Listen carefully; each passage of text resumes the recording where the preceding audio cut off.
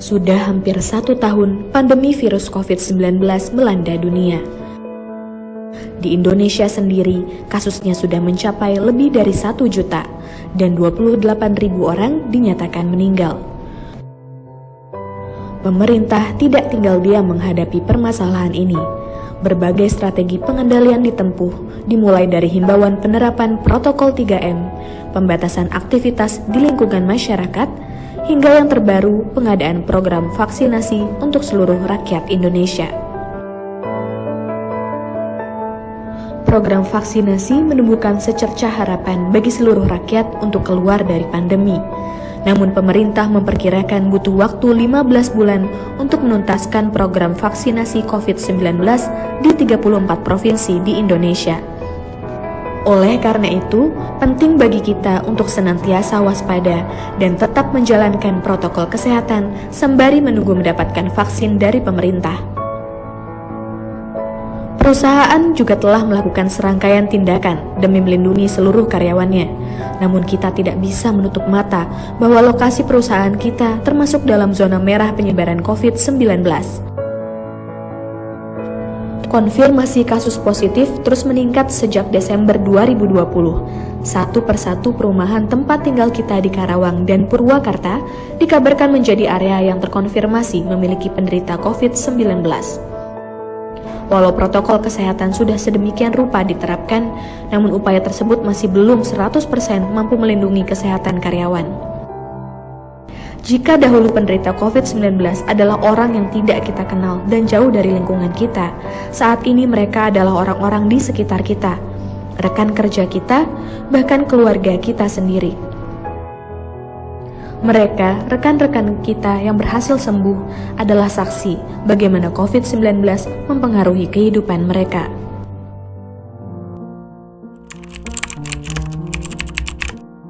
Akhir April tahun 2020. Sekitar bulan November, sekitar tanggal 23 November 2020.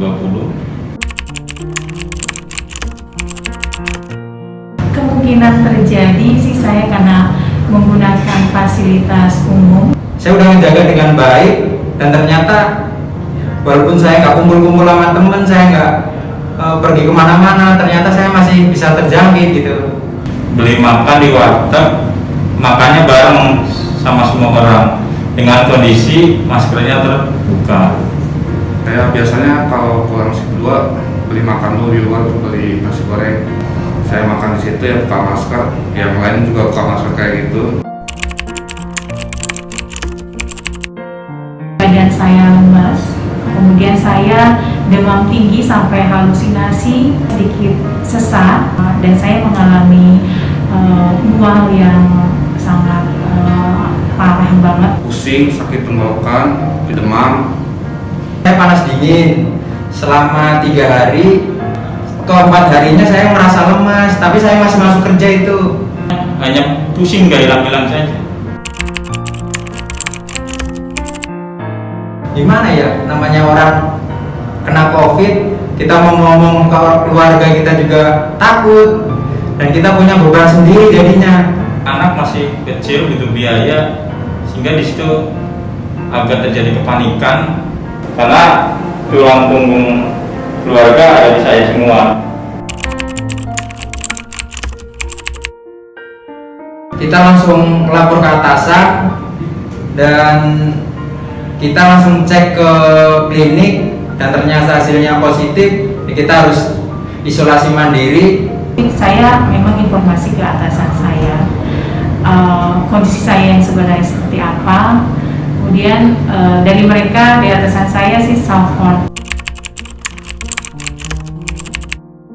Tetangga saya sih mungkin khawatir, takut, karena saat saya berjemur di luar, tetangga yang memang tiba-tiba cepat-cepat masuk ke rumah, padahal jarak kita cukup lumayan jauh.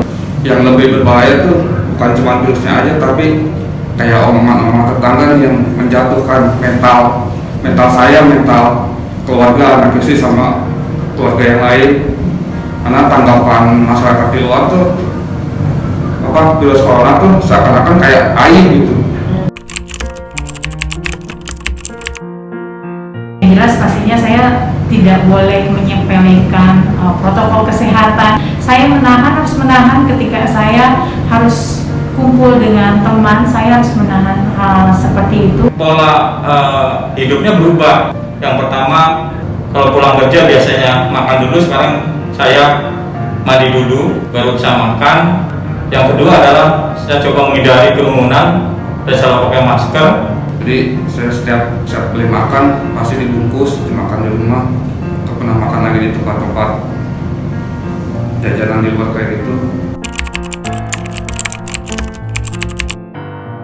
Tetap waspada karena COVID sudah mendekat dengan kita. Tetap semangat, jangan sepelekan COVID. Tetap waspada, COVID itu nyata. Tetap semangat dan jaga kesehatan. Seluruh keluarga besar AGGD yang kami cintai, mewakili segenap Asahimas Manajemen, kami mengucapkan banyak terima kasih untuk semua kerjasamanya dalam melawan COVID-19 hingga saat ini. Kami mengerti pertarungan ini tidak mudah dan melelahkan.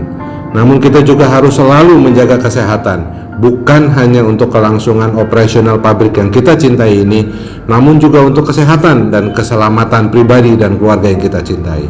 Jangan lengah, selalu waspada, taati protokol kesehatan dan tetap semangat.